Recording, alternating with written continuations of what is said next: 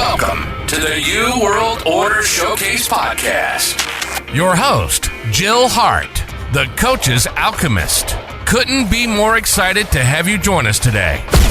On this podcast, we celebrate the champions of change, the up-and-coming life, health and transformational coaches who are fearlessly stepping forward to make a difference in the world. Get ready for inspiring stories, practical tips, and powerful moments that will motivate you to make a positive change in your life and those around you. We're happy to have you join us on this incredible journey as we dive into the world of life, health, and transformational coaches who are lighting up the path towards a better tomorrow.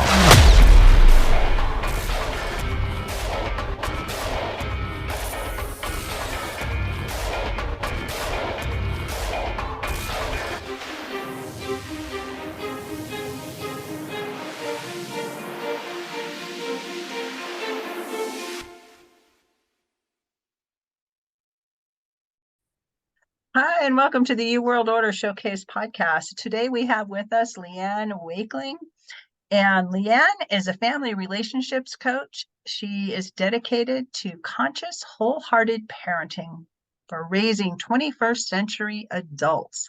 That's a pretty big responsibility you're putting on us, Leanne. Don't know whether you realized it's always been our responsibility. And that's part of the challenge. I think, is to accept that it is a big responsibility, but it doesn't have to be hard. So many parents these days end up getting so worried about teeny tiny things. And in worrying about all those teeny tiny things, they don't realize the impact they have on their child, because children don't process the world the same way as adults. Now, there'd be a good percentage of your audience that would absolutely understand that, but there'd be a teeny little bit of think, well, okay, yeah, duh, but. And that's part of the challenge. You know, both of those words are, I might be a little bit of a Brené Brown fan. And when I read Shefali Saberi's book, Conscious Parenting, it really resonated in what I was beginning to get clarity around at the time, because I was that kid that never fitted. I have that mum who was kind of overwhelmed because I'm the eldest child, but my sister is only 14 months younger than me. And she was only 22 when I was born.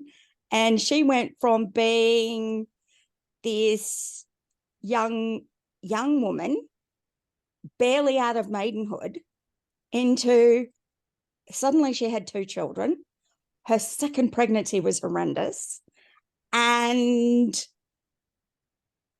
I reflect now on her experience. And I must admit, I've been in tears. We've had deep conversations about it, because she and I just didn't get along, because I kind of felt like the kid that was on the outer, because I was the oldest. I kind of just became the good girl that wasn't so good for her because she and I clash, because we're way more similar than we are different. And Wholehearted has been learning to get vulnerable, because, of course, when you're a kid in that kind of environment, little kids, everything is their fault. Even if we don't make it their fault, it's their fault, because that's the way humans process. And so the shame and vulnerability work that Brené Brown did, and of course, I really relate to Brené's attitude, because I'm kind of that as well, is I'm more of a warrior lioness than I am a gentle mother duck. And I really appreciate the journey that we have to go on. And multi-passionate, in case we haven't worked it out, could talk under dry cement. And it's looking at, as a parent, to slow down so that we have time to breathe, Because an awful lot of 21st century mums, millennial mums, and I serve a lot of them, they were brought up differently to the way that I was brought up. And some of that is good. And some of that is, well, okay, is there an opportunity to really look at this and say, I have some gaps too. I have different gaps, but I have gaps too. When you look at millennial moms, their moms were generally of that generation where they were expected to work, have a career, have a family, be everything to everybody. And a lot of times they were latchkey kids. They went to school, they had the after school programs, and everybody got trophies because, they were never at home. So they were never really able to form an attachment to their parents. And I think as they've progressed into being parents themselves, they've pushed back against so many of the things that they suffered for. A lot of them are, if they're married, only one of them is working full time when the kids are young. And they're really dedicated to making sure these kids have access to them that they didn't have themselves. That's kind of the And I experience I've agree. seen. But one of the things that you noticed out of that then is the increase in helicopter parenting and lawnmower parenting. Thinking that same term. Because it's the helicopter parent that wants to make sure that everything is okay, and the lawnmower parent that comes up and picks up and keeps on saving them from all of the stresses of life. But what you end up is highly anxious children because they feel their parents' fear. They feel like, oh my God, what am I doing wrong? Mum's here now. Or dad, or, it's the circle of security stuff where they're passing on their own gaps to their children, because what the security is, the circle of security tells us is that our child will either duplicate or rebel, but without conscious intention. All that does is repeats the pattern. So instead of it being a duplication, so each generation is the same, it's alternating generations. And that's because we keep on doing it automatically. It's being able to pause and realize, okay, if I get real with myself, I want to be not my mother. That was me, because my mum was shouty, angry, critical. I now know that's not what she meant, but that was my experience. And that's one of the things that we as adults need to appreciate, especially as parents, but grandparents and teachers and anyone who works with kids, is that how we intend may not be what they receive, because they process their world quite differently. And so in that, we're undermining the very success we're trying to achieve through our own anxiety, because I truly believe no great decisions are made out of fear. And if you're worried about what will happen to your child because they're doing that in this moment right now, and you make a decision for their entire life, because come on, we do it, that if we don't stop that behavior now, they're going to be ruined forever. Well, no. Inconvenient, maybe. In the moment. And what's more, life stage, because I have 4 kids, all adults now, but my bookends, sorry kids, but I have the 2 in the middle, and then the bookends because they're 5 years each way, so there's 12 years between number 1 and number 4. But both of my bookends have ADHD, not clinically diagnosed, but my husband does that. That's his specialization. And they're different to the two in the middle, who are much more responsible. They're slower paced. They're more thoughtful, planned, organized. But the bookends are the big one. I never thought I was going to survive the big one. He was a whirlwind. I was 22 when he was born, just like my mum, but I didn't end up with two kids under two, probably fortunately, because he was a handful.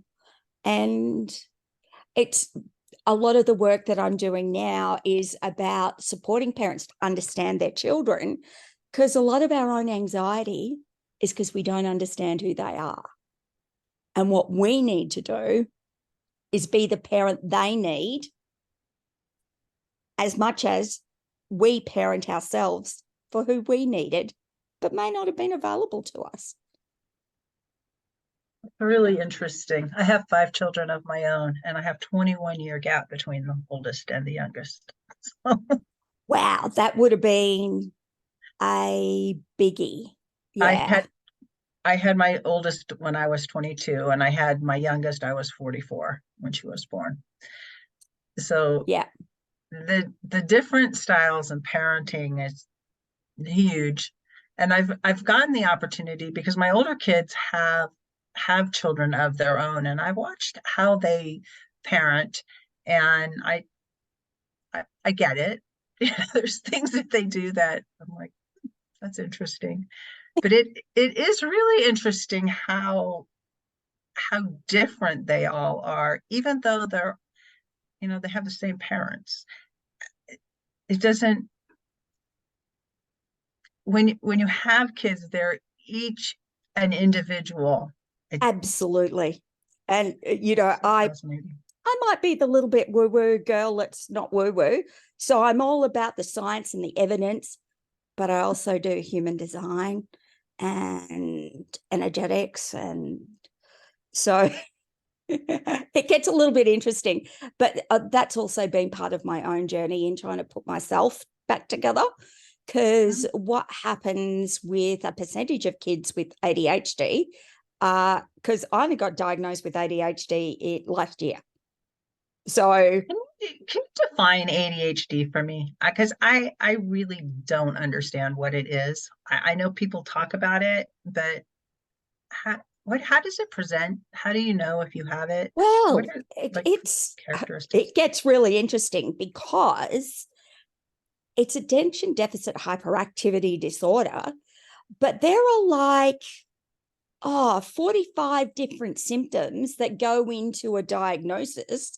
And you've got to have more than 50% of those symptoms to even become close to being clinically ADHD. So you may have a whole lot of ADHD qualities, but not have ADHD. It's like I've got a lot of autism spectrum disorder qualities, but I don't have autism spectrum disorder because I have a silo of, I have a same family of features that fit into autism spectrum disorder.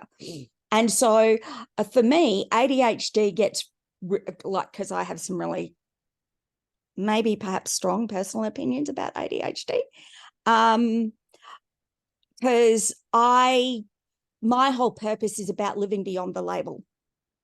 Because I was always that naughty kid that's too loud, that interrupts, that is thoughtless and doesn't sit still. And it's because we get into a lot of trouble when we're little, and then we end up being highly defensive people. And some of us who maybe are more fighters than flighters get very reactive, which was me. And I think in some ways I'm very fortunate that I didn't get the diagnosis first. Wasn't even on, the only reason, in fact, I've been diagnosed is because my husband's only been a psychologist for like 5 years. And he has gone into specialization of diagnosing ADHD and cognitive difference. He specializes in cognitive assessments. And I was his crash test dummy. I think he already suspected, but he thought, well, okay, why don't you just do this test, Leanne? And okay, honey. yeah. And I'm ADHD combined, which means that I have both difficulty with impulse control and difficulty with attention. So, whereas my two with ADHD, I've got one that's attention deficit and one that's hyperactive. And the hyperactive one is the child who,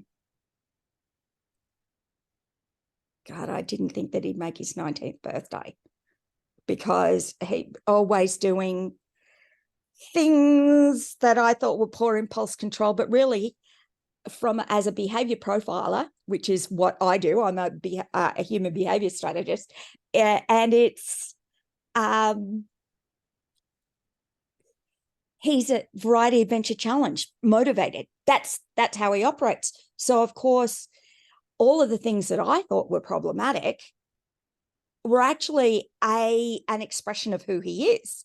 And I'm just like, yeah, I come from a sporty family, because otherwise I think I would have been pulling my hair out. And he's done some pretty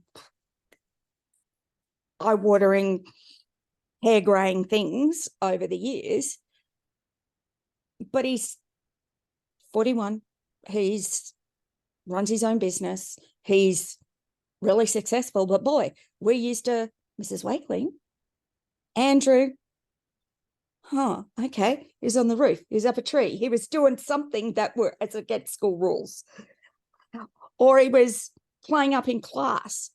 But kids typically with ADHD, and he being on the extroverted side, the more overtly hyperactive, which is I'm more that side than the attention deficit side. You know, we're the kids that get noticed. We're the kids that are, I'm sure Mrs. Coop's got a few calls about Leanne this and Leanne that. You know, back in the day, because I'm old enough that corporal punishment existed, you know, I got the coat hanger, the wooden coat hanger for talking in class, and didn't sit still. And then Andrew's all over the place, because it's a lot of not thinking, because what happens with the hyperactive and the attention deficit, they're actually either end of the same brain processing challenge. And hyperactivity, a lot of kids will get into trouble because they should do better, they should know better, they've been told, without appreciating that kid has probably been maybe doing it without thinking. And it certainly got me into a lot of trouble over time, is it comes out of my mouth as it's being thought, because I'm an extroverted person. But of course, we are actually the minority when it comes to most things. And the introvert thinks, how thoughtless is that? Well, yeah, but it wasn't intended to be thoughtless. It's just that it came out of my mouth before any filters were put over it.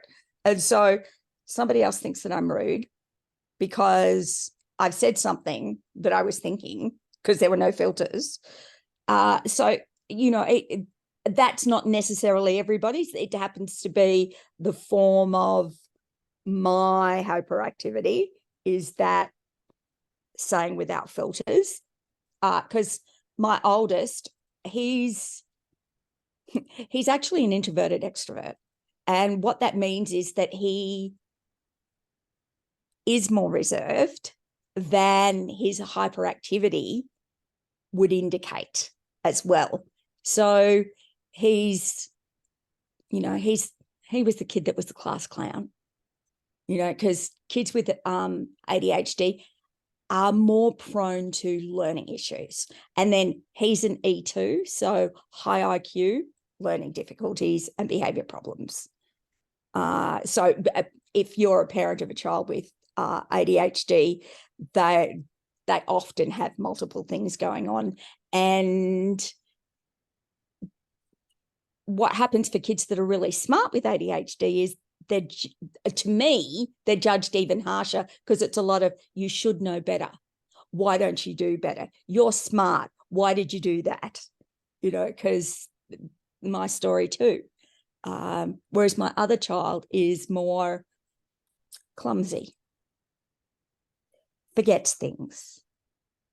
Even though she's stubborn as anything, she finds it difficult to stay focused on a task. So there'll be this phase out. But with both of them, they hyper-focus as well.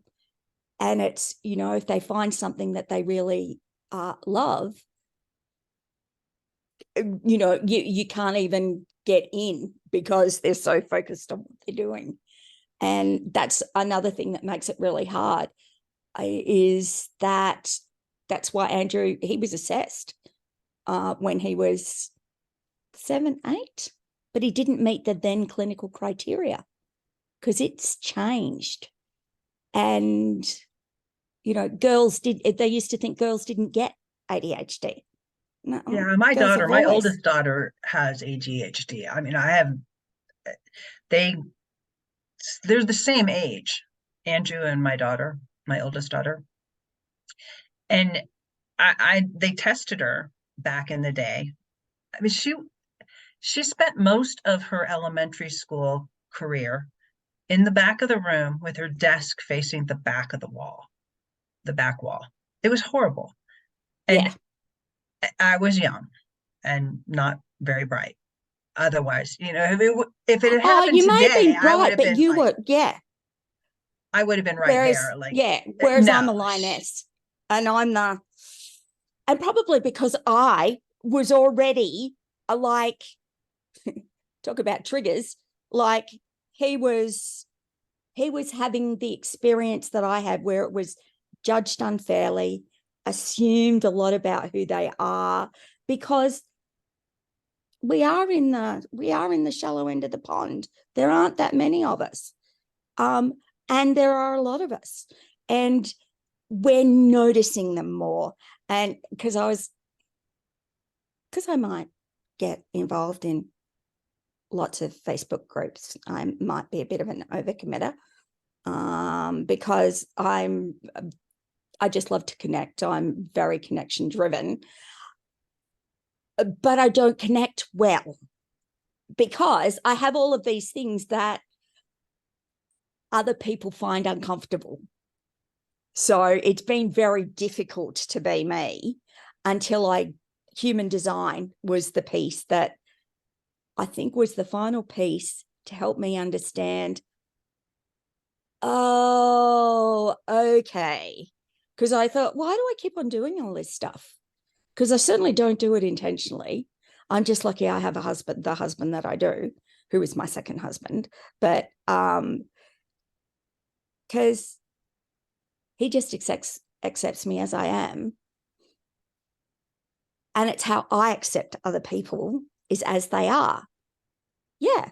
If I want to support them to know that they are enough, because I know that feeling of never feeling worthy and enough because of being misjudged, misunderstood. And that's what I think with ADHD, it's less of a disability and more of being misunderstood. If people were less judgmental and more curious, which is parenting 101 to me, is curiosity first, is validate the child, because when your child's losing it, they ain't doing it to you. It's happening. You may not like it, but it's their experience. So you validate them. Hey, buddy, seems like you're having a really hard time right now. Because when you have ADHD and you're in trouble a lot of the time, I think the anecdotal statistic is that kids with ADHD get 20,000 more negative comments by the age of 12 than typical kids, because it's just that one more, except that that's like 4 additional negative comments every day. Well, that starts to Wears pile on up you. on you, and it accumulates. And then when I first started coaching 8 years ago, it was one of the very first sessions that I received coaching, like I was the client, the subject, was pointed out, Leanne, do you realize how much disassociated language you use? Huh? No. What does that mean? I'd fragmented, not fragmented into multiple personality disorder, but there was her and me. And I used a lot of externalizing language, which I now appreciate is about safety, security, comfort of me protecting. But it's one of the things that can happen to our children is that they'll disassociate from themselves because they don't know how to be themselves, because the person that they are gets all of this negative feedback and nobody wants to feel that uncomfortable. And, I'm actually highly functional. And if you said to me about that once upon a time, I would have, what kind of nut thing is this? Except that we all have parts of us. I just didn't realize what they were. And learning about that, because I'm endlessly curious. I come in that model. I'm always trying to understand, probably because I always felt misunderstood. And it's what I bring to my clients is a level of understanding, because my ability to see and interpret their world is much higher than average, just because my husband says, Leanne, you miss all of the stuff on the surface. Your social awareness, you miss all of the obvious signs, but you see what's happening underneath. You see all the things that are unseen, which is another reason why people can get really uncomfortable with me, because they realize I see who they really are, not who they think they're presenting to the world. And it's not that I do it deliberate, like it's just something that happens. And of course, my lack of filters means that sometimes perhaps maybe I say without social awareness that perhaps that won't be a good thing to say.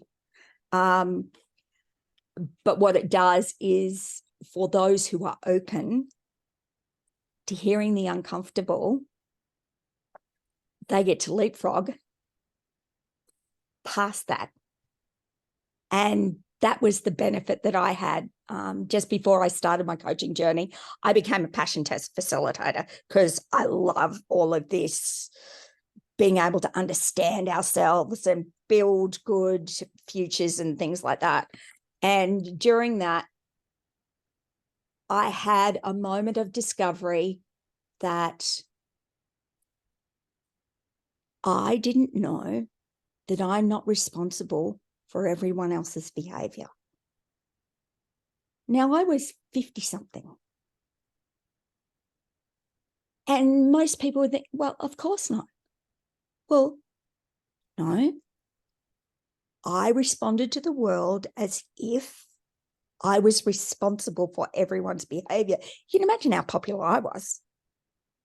I was that person who was always pointing out what everybody's doing wrong. The hall monitor at school. Well, it was something that was very deep held in me.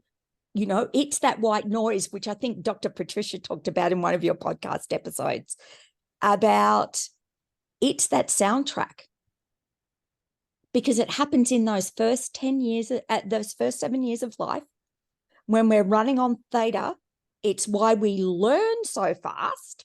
It's why we learn more in the first 7 years than we will for the rest of our lives, for the vast majority of us, because it goes in with no filter. That's the key. It goes in with no filter. There is no challenging it. It's everything is believed as if it's truth. But what if what the meaning you've created is wrong? Like for me, I had a belief that for me to be okay, I had to make sure everybody was doing the right thing, because when I was 5 years old, I got into trouble because my sister did something wrong, because I should know better because I was the big sister. And then that just kept on being reinforced. I kept on getting evidence to prove that for me to be okay, I had to make sure everybody was doing the right thing. It's a very human thing. But when we don't know, overwhelming sentence for somebody to carry through in life. But it's totally subconscious. Like I didn't even realize it until like 50 years later when it was brought up. And is that really true? And so I'm learning these better strategies. And, you know, it took me a while to get into the comfort zone, but now I'm not ashamed. Now I don't flush with that shame or guilt or anytime I'm being me.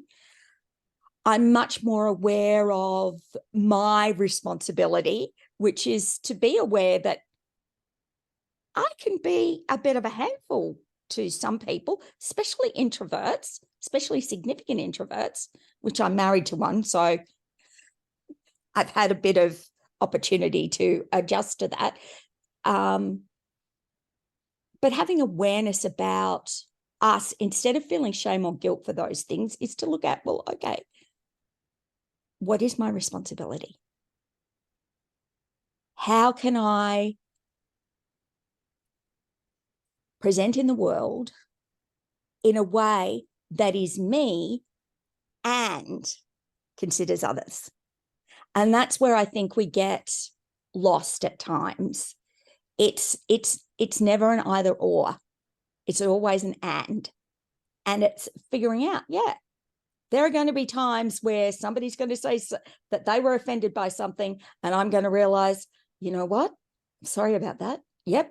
Yeah, absolutely right. But of course, I'd been primed to be defensive because I didn't want to be wrong all the time, because I was sick of being wrong, and it feels horrible. And that's that defensiveness. And it's, okay.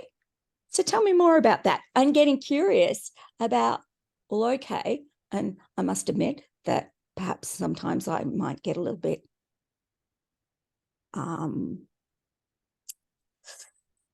almost interrogation at times, because I'm trying to understand the thinking behind the thinking. But they're just trying to have a discussion. And sometimes I have to get a bit, it's not all about me. And that's been an interesting journey, and it's appreciating that there will be, we do come on that sliding scale, and some of us are really quiet. Like it's really interesting because I'm fascinated by different kinds of interpretation and profiling tools. And the first one that I was introduced to was Myers-Briggs. And in the Myers-Briggs, my husband is a 23 on the introversion scale, and I am a 22 on the extroversion scale. And so you can imagine we are chalk and cheese. But we work really well together because we know how to communicate with each other. And we accept each other as we are. And we've been married like coming on to 38 years. And there's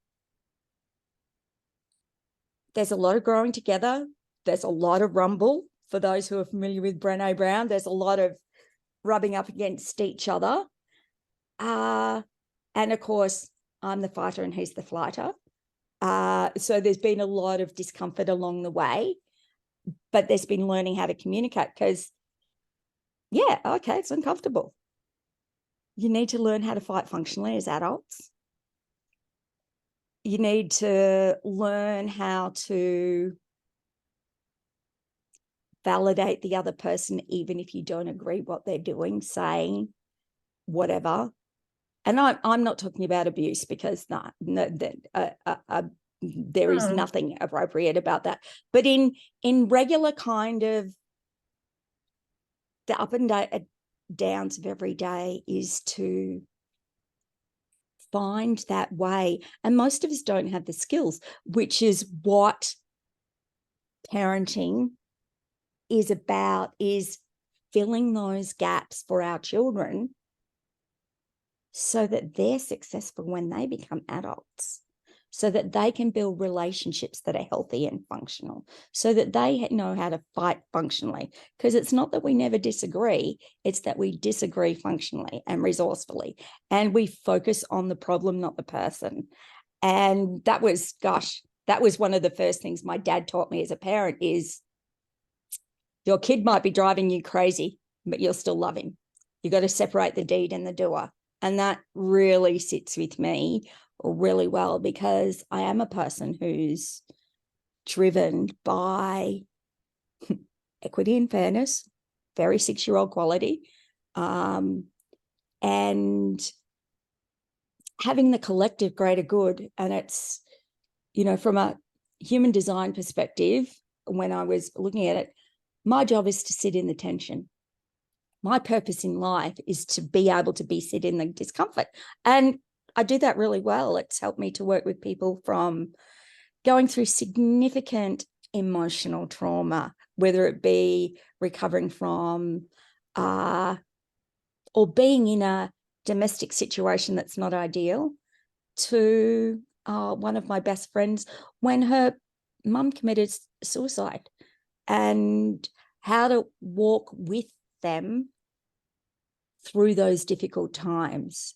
And not everybody can do that. I happen to be somebody who can do that, is just sit in the tension of that discomfort, sit in the chaos. And that's one of my superpowers, is to be the grounding, to be the flagpole in the middle of the whirlwind, So to Leanne, give something to land. How do people work with you? How do they get in touch with you to work with you? Well, I have a Facebook page. Facebook pages are like lousy, but I have a Facebook page, which is my name, Leanne G. Wakeling, and raising 21st century adults, or raising conscious wholehearted adults. I don't know which version of it is at the moment. And I have a website, which is leannegwakeling.com.au, because I'm an Australian. So I have a .au website. But funnily enough, most of my clients are not Australians. I work with a lot of North Americans, and I've worked with people all over the world, which is what I love about the modern age, is that you can be working with people anywhere. Everywhere. I've had clients in the Canary Islands, Yeah, in that different is parts so of amazing. Africa. Yeah. So Sorry, go on. what's the one thing you want to leave the audience with today?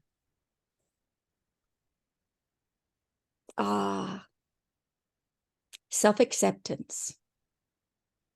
To get really grounded,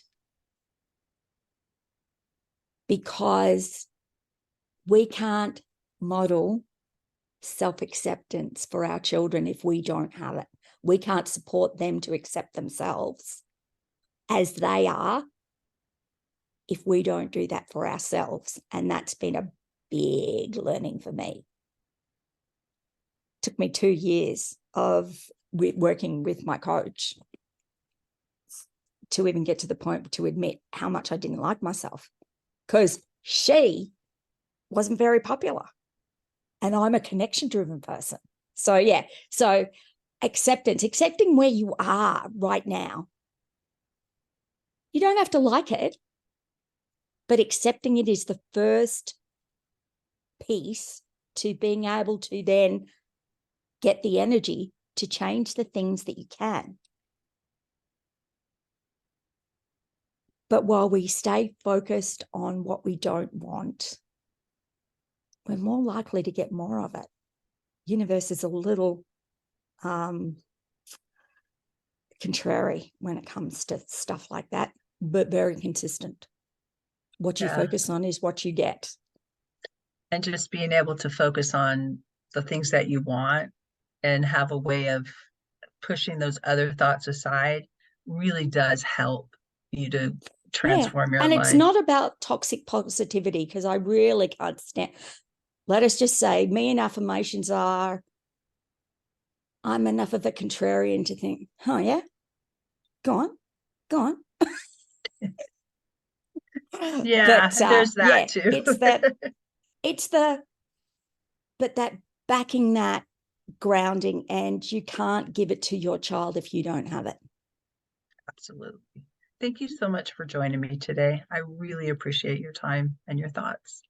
Thank you so much for your time, Jill. I am so grateful for the opportunity, and hopefully I didn't burn too many ears through the process. Yeah, yes. Thank you so much for tuning in to another empowering episode of the You World Order Showcase podcast. We hope you've enjoyed hearing from our incredible life, health, and transformational coaches who are making a profound impact on the world. Remember, change begins with you, and you have the power to transform your life and the lives of others. If you want to take that next step and unlock your true potential, visit thecoachesalchemist.com, where you can find the 3 ways we can help you for free to spin your talent into gold with clarity, a system, and a plan. Don't forget to hit the subscribe button so you never miss an inspiring episode.